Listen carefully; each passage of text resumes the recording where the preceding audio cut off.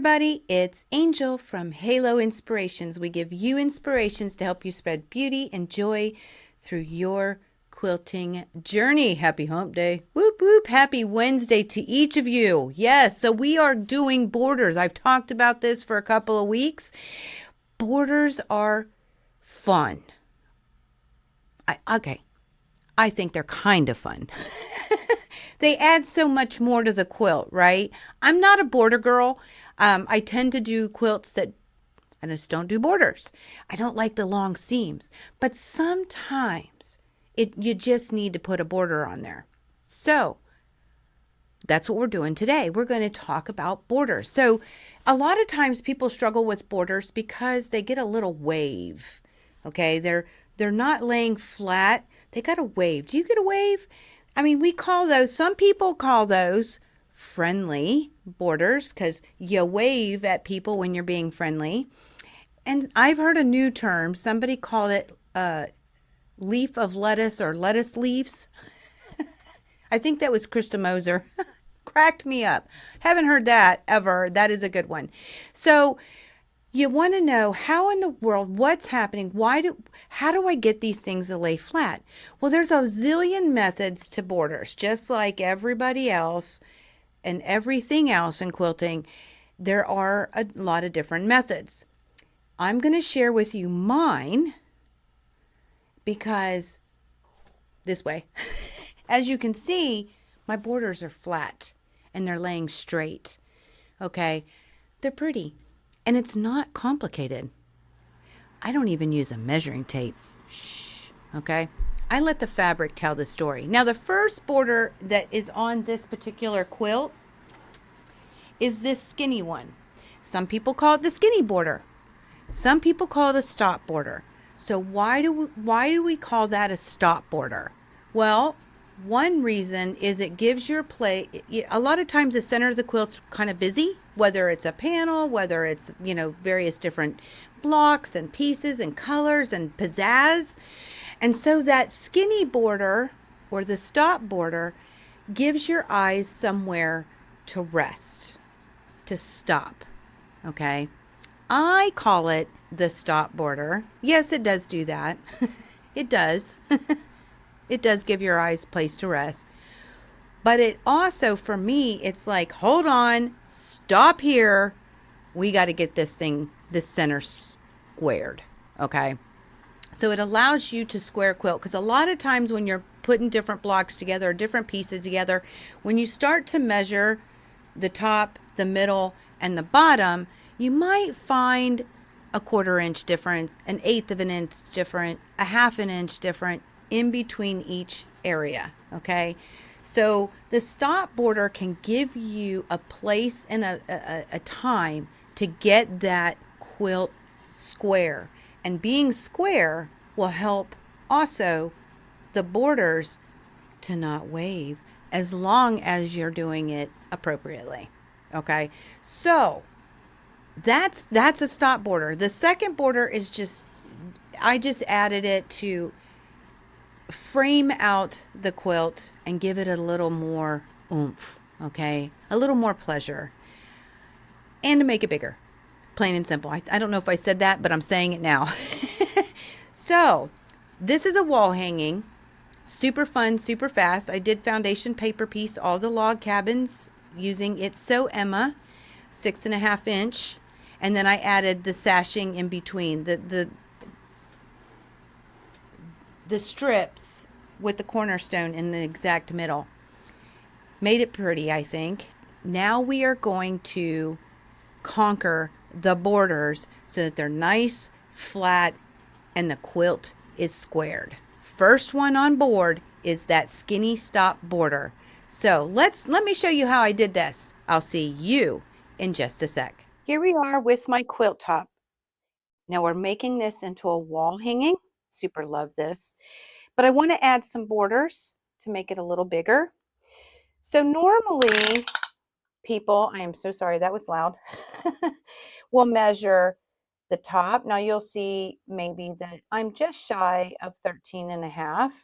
Then they'll take the middle and I'm at 13.5. And then they'll take the bottom area, and I'm at 13.5. And then they add those together and divide by 3. For myself, I have found that if that division is different than the center, I'm still having problems getting it squared.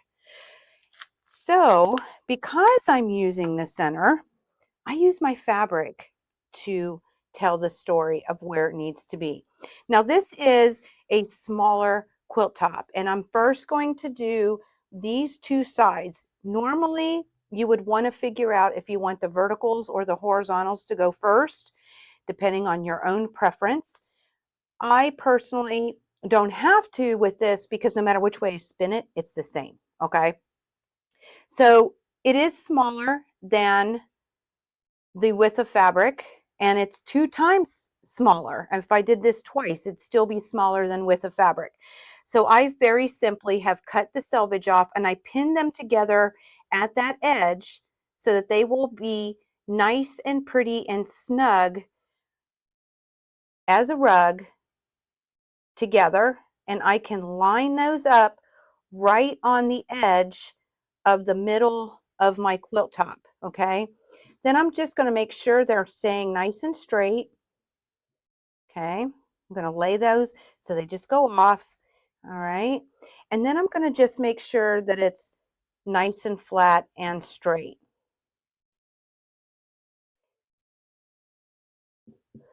Being able to do 2 at a time is a blessing. If I could only do 1 strip at a time, then we would in fact do this twice. Okay. So I'm laying them nice and flush on this end. They're nice and straight. And you could just simply fold this back, give yourself a crease and use some scissors, but you know, it's small enough. I can do this. I'm on a table. So I'm going to simply lay down my ruler, making sure that my ruler is straight, my quilt top is straight, and I'm very gently and easily going to just cut right on the edge with my rotary cutters or my rotary cutter, and I'm just going to snip. That gives me 2 of the same borders. Okay. I will take these and we are going to place them onto the quilt. All right. So I am going to find the middle. I take my right sides together and I press with my fingers, making sure I find the center. And I'll do the same thing with my quilt top. Look, I haven't taken the paper off yet. We're just sewing the borders. It's going to be fine. Okay. Give myself a finger press where the center is. Open it back up. And I know it's probably hard for you to see on camera. Maybe not. Maybe you will. And then I'm just going to line up those 2 lines together.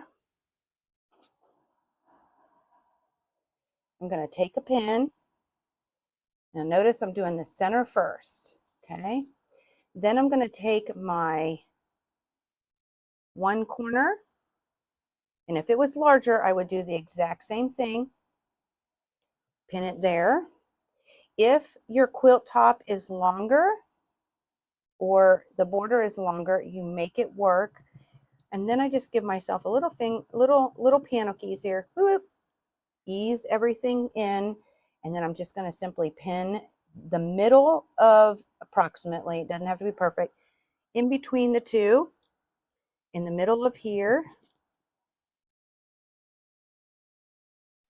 Now, if this was really long, I'll go ahead and do this. I will go to the middle of these 2. Well, nope, I'm going to go to the middle of these 2.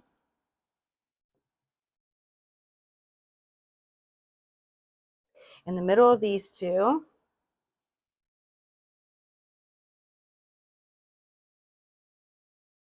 Okay. And I'll do the exact same thing on the other side.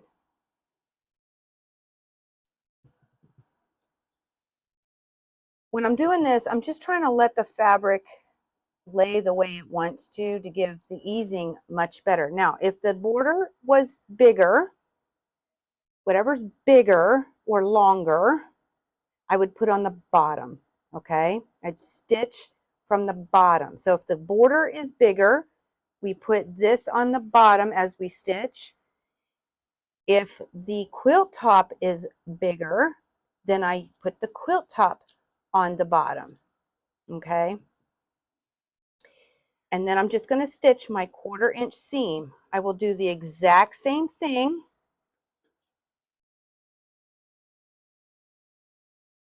on the other side, giving it a finger press for the center, open it up, take these. I could do, it doesn't matter which way you do this, just for proof. The one thing about putting the wrong sides together, if you prefer, is that the indentions will snugly lay together. Find that middle, pin those middles together, okay? Let's make sure I'm good.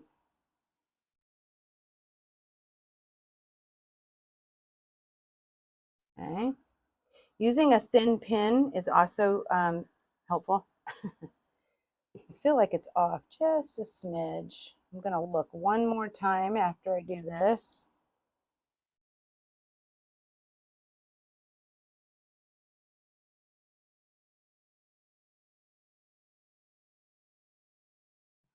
There we go. There we go. Much better. I can tell by the ends because mine's pretty close. Just let it drop. Find the middles. Find the middles.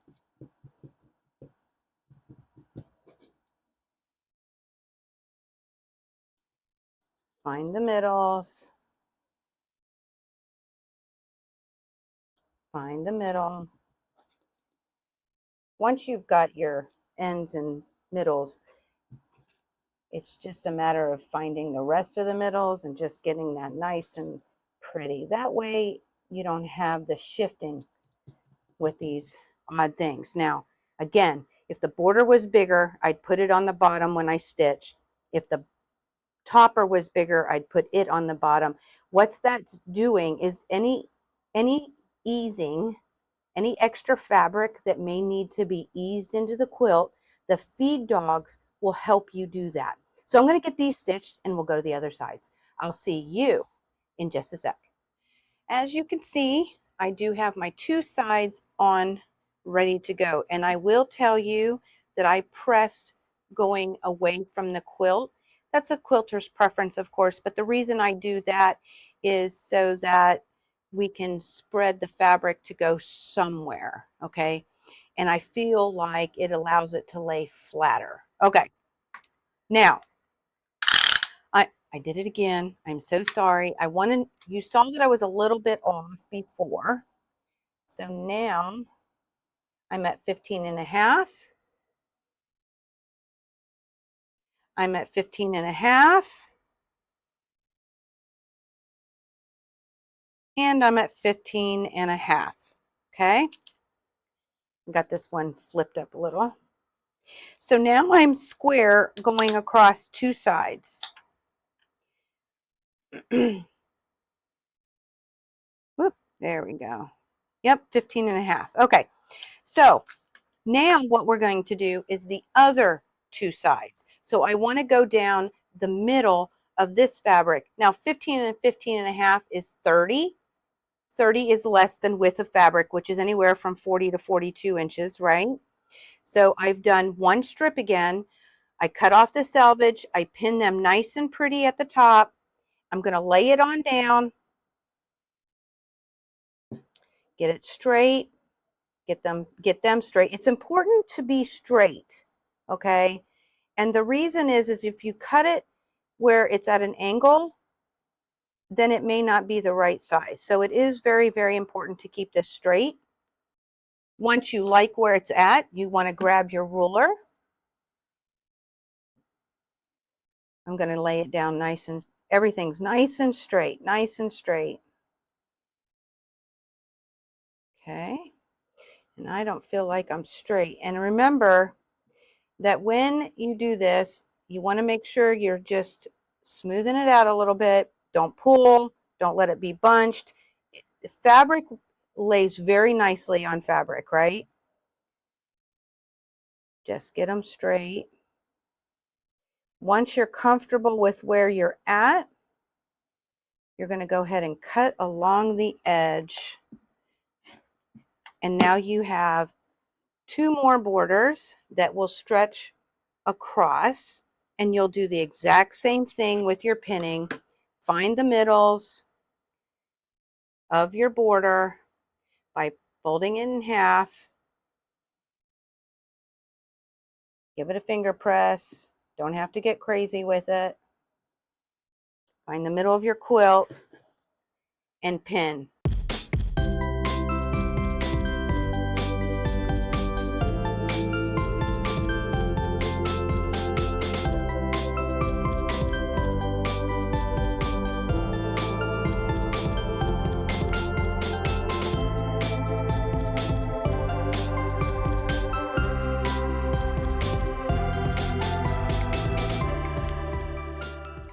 She's all pinned.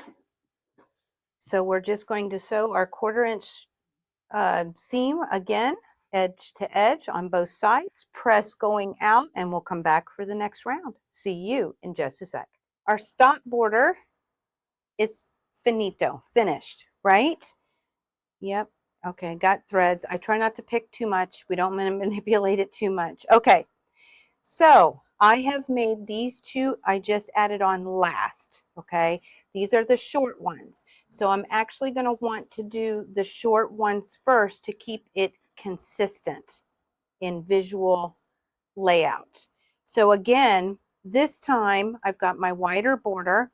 I did cut the 2 selvage ends off, and I've pressed them. Nope, I pinned them so that they are lined up nice and pretty. We're just simply going to lay this out just like we did with the smaller border. I do have the 2 layers because this is 15 and a half. 15 and a half and 15 and a half is 30. It's less than width of fabric. Just going to make sure we smooth it out nicely. That doesn't look straight.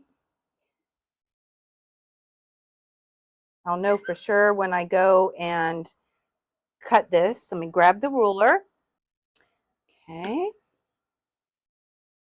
I'm going to lay it right down. Oh yeah. Looking good, looking good. Now, if you're wondering how I'm figuring it out, I'm looking across the lines and I look across the edge of the quilt. It's not quite straight. Remember, we want them to be straight. And I'm going to snip. And then I have 2 identical pieces. And guess what, guys? We do the exact same thing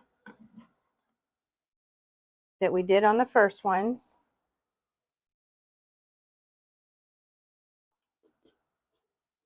Okay.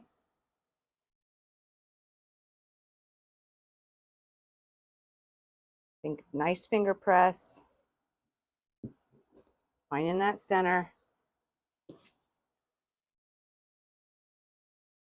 Now, if you're wondering why I'm doing it this way, I could measure what the center is. That takes too long. You notice I'm not using a measuring tape. I'm not using a ruler as far as getting the length.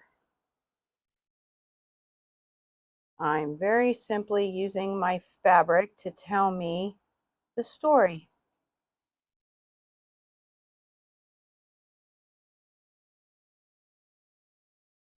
And we'll do the exact same thing for both sides, okay?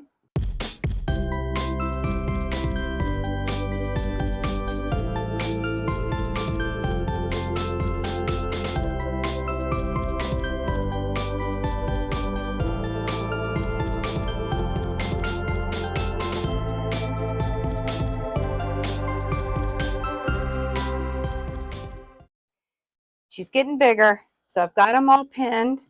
I'm not going to toss this into the scrap bin yet, and I'll show you why. So I will see you guys After I sew my 1/4 inch seams and press going out, I will see you in just a sec. 2 more sides are on. We're looking good. We're looking pretty. Now the last one, I took a full strip. I'm folding it in half. And because of the adding these bigger borders, I already know that I'm going to be short like a 1/4 inch. Okay, so that's why I said you wanted to keep this scrippy scrap. And what I'm going to do first is I'm going to I'm not doing a bias join like we do with binding. I'm just going to do a straight stitch, putting them right sides together and just a 1/4 inch, and I will press. So let me get that done and I'll come right back at you. I went ahead and did a straight stitch. This is where it's at. And I went ahead and pressed open. You don't have to do that. I normally don't, to be real with you guys. I don't know. I just had it, just felt like it. It does allow it to lay a little bit flatter. There's no mountain or valley on the seam. So now, because I've added this, when I fold it in half, I've got plenty of room, right? So laying it right there, I smoothed it out. Everything is laying nice and flat and ready. So we just want now to do the same thing as all the others. Just going to lay it on there. Now, if you want to see it better, you can do this where the wrong side is out because it is a lighter color, right? This particular fabric does have a wrong side. And so it will allow you to see everything to know that you're straight. But as far as I'm concerned, I pretty much see well. So I'm just going to give it a snip.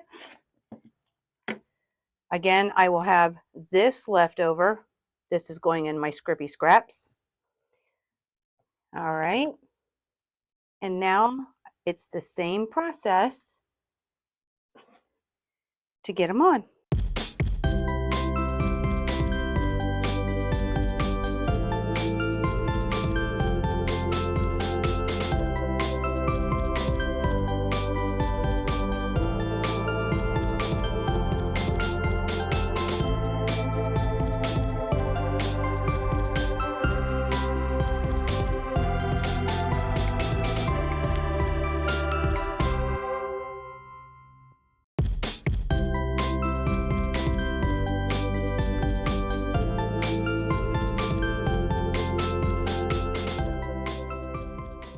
They're all on. We're ready to go. Now, if you're wondering why I do a straight and not on a bias, 2 reasons.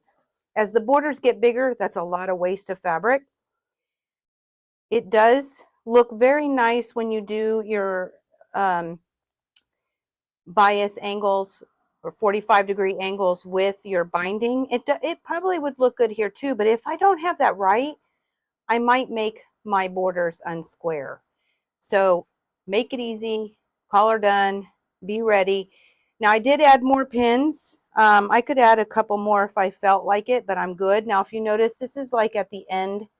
I didn't get that real pressed real good. So I just made sure it was straight with the border. And when I get there, it'll lay flat. So everything will be fine. And once it's all pressed, I stitched a 1/4 inch, pressed. I will come back at you and we'll talk about just a couple more things, and I'll see you then in a sec. Okay, nice, flat, beautiful borders that are not being friendly. One of the things I wanted to talk about, if you notice, I am hanging this quilt so that the long part, this border on top is one piece and the sides are shorter. That's how you watched me make this. You can do it reverse. So if you're doing a larger quilt, the process is the same, although I will say I'm either on the floor or I put tables together. Okay, so if you have a quilt shop that allows the classroom to be used that you can take the quilt in and put tables together. That helps a lot because then you're on the table. But in order for it to stay on the one side, okay, I pin the two pieces together. I will pin it to the quilt top too. So that, because there's no way to smooth it out and it not move from the side of that the pins are on, right? So I wanted to tell you that. The other thing is too, if you've got a rectangle, for instance, quilt, and so you have two long sides and the top and bottom are shorter, you could change this the other direction. It's very easy, much easier to explain to you when we talk about those longer quilts, right? I still would do the sides shorter, okay? And the top and the bottom to be one piece, okay? The longer piece. I would do it the exact same. And I'm going to share with you a picture. It's not that it's wrong. It's quilter's preference. Plain and simple. So I'm going to throw a quilt up here, over here. I always get mixed up, guys. So I'm going to throw it up, and this is a for instance of how I did this particular quilt top, with the top and the bottom being the longer pieces and the two sides are the shorter. Now I'm going to throw up another quilt, and it's reversed, where the top and the bottom are shorter and the sides are longer. They're one full piece, okay? So you can see that it does change a little bit the way that it looks, and that's fine if that's the way you like it. Don't let anybody tell you anything different. It's just my preference. I think it's easier on the eyes when the top and the bottom are the long pieces and the sides are shorter, okay? I wanted to point that out. I wanted to give you a visual to work with, because I think it's important to understand before, if you've never done borders, you got to make a choice unless you're following a pattern, okay? Now I will tell you also, with a pattern usually tells you how many strips that you will need for the quilt top, for the borders. Great place to start. Okay, so that's exactly how this was.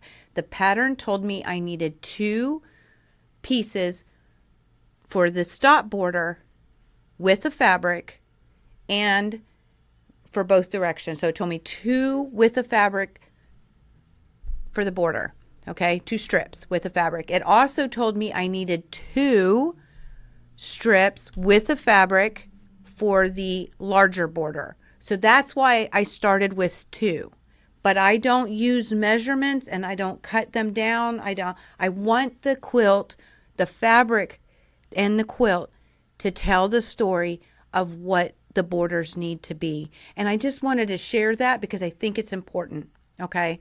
Because we want this to be squared off, even all the way through, and we don't like the lettuce leaves or the friendly borders, right?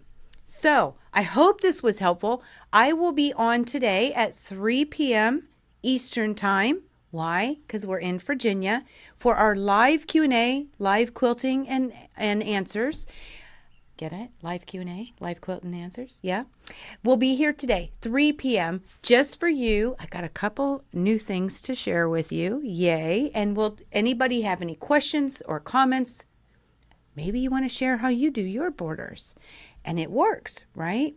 So go ahead and drop it down below. I will address it at that time. Or you can come on aboard and say hello and stop in, and we'll talk borders again at 3 p.m.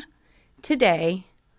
But until next time, may you all continue to be inspired, productive, ever so joyful. Never stop believing, and never stop making your dreams in quilting come true. We love y'all. Happy quilting. Happy hump day. Whoop, whoop. And I'll see you all soon.